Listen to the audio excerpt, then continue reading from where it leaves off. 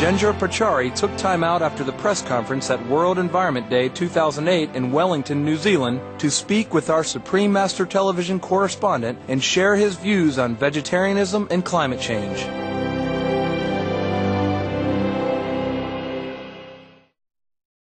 As chairman of the IPCC, is there any advice that you would like to give to leaders and governments around the world regarding the huge amount of carbon emissions produced by the animal agriculture industry and what action we should be taking regarding this? I think it would help the global community enormously if we consumed less meat. But I'm only highlighting the fact that the entire meat cycle is very, very intensive in terms of carbon dioxide emissions. Right from the moment you clear forests as pasture land, you have cattle grazing over there, then cattle are killed and they're refrigerated. So if you look at the carbon dioxide emissions associated with the entire cycle, it's pretty large. If you look at some of these estimates, they really seem staggering. But more than anything else, I think it's a win-win solution to eat less meat. And there's enough medical evidence that the levels of consumption of meat that we have in the world today on a per capita basis, particularly in societies where that's a really large part of the diet, is something that's harmful even for human health.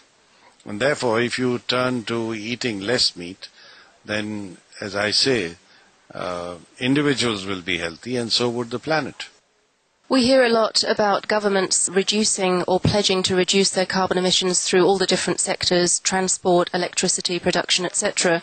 But we're not hearing a great deal about reduction in the animal agriculture sector. And if we are, it seems to be focused in 4 or 5 years' time, which according to many scientists will be too late. Is there any advice we should be giving to our leaders and to our governments in order to be taking more urgent action with regard to this? I think we really need to start thinking out of the box, and we shouldn't take anything for granted.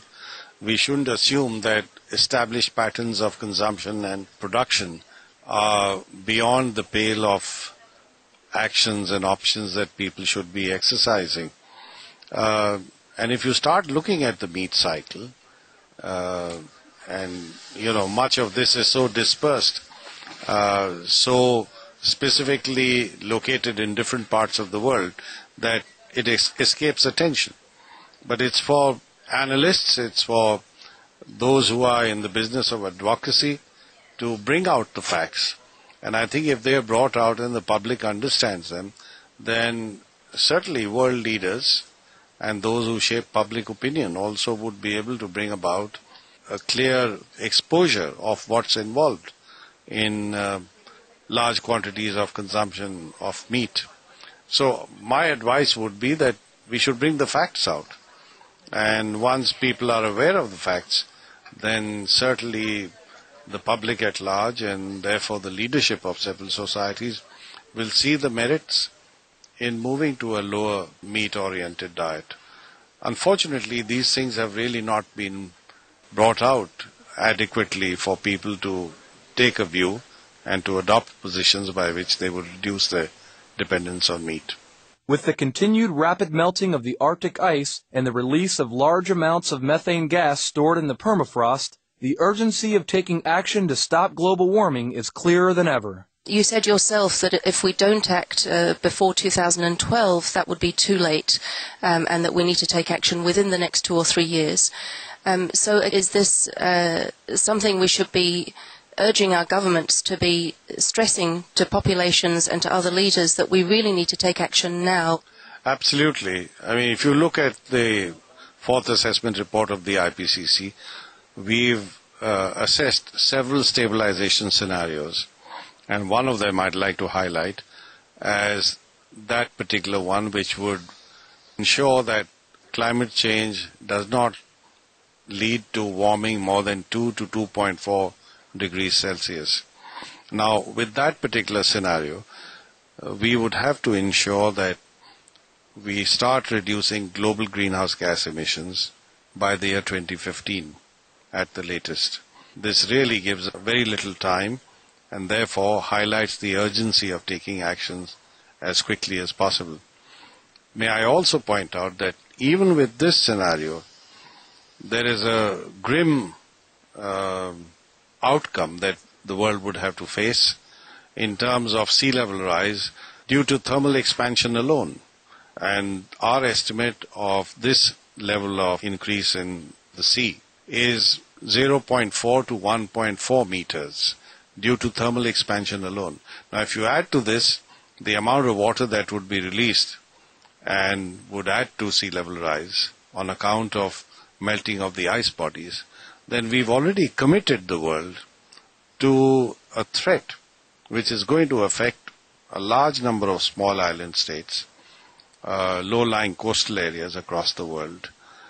That clearly gives us an absolute warning that we have no time to lose at all. And we have to ensure that we start reducing emissions of greenhouse gases as quickly as possible.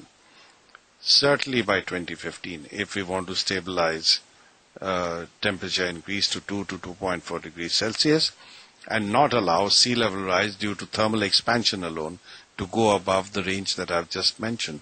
And there are a variety of other reasons why there is urgency in taking action. If you look at the impacts of climate change on water, on human health, on agriculture, on ecosystems, we really are getting into a zone where these impacts are going to become very serious, even with 1 to 1.5 degree increase in temperature.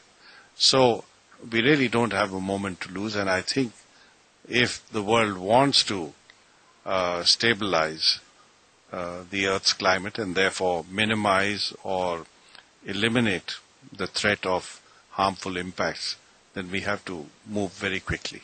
Many individuals don't realise the very important and effective steps that they can take as individuals in order to curb global warming and climate change, the huge impact of eating less meat or not eating meat.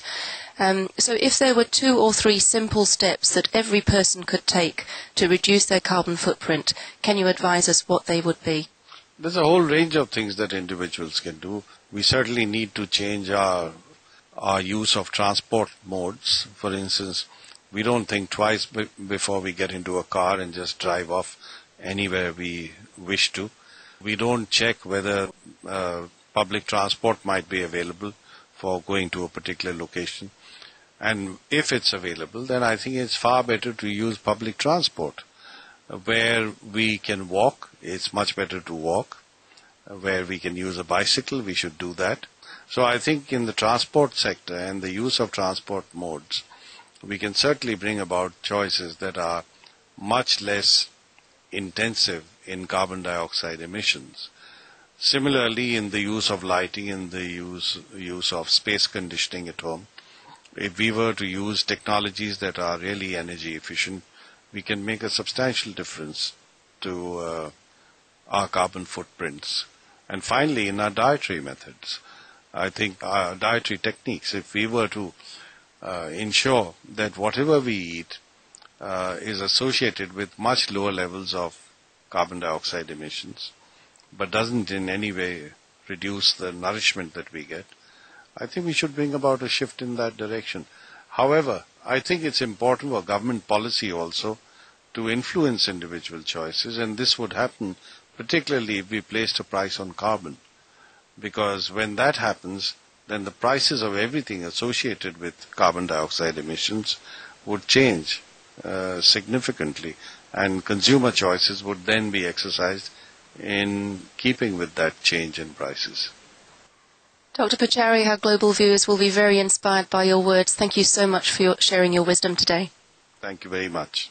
Thank you. I'd like to say this to Supreme Master Television. Best wishes for your endeavors towards a sustainable world.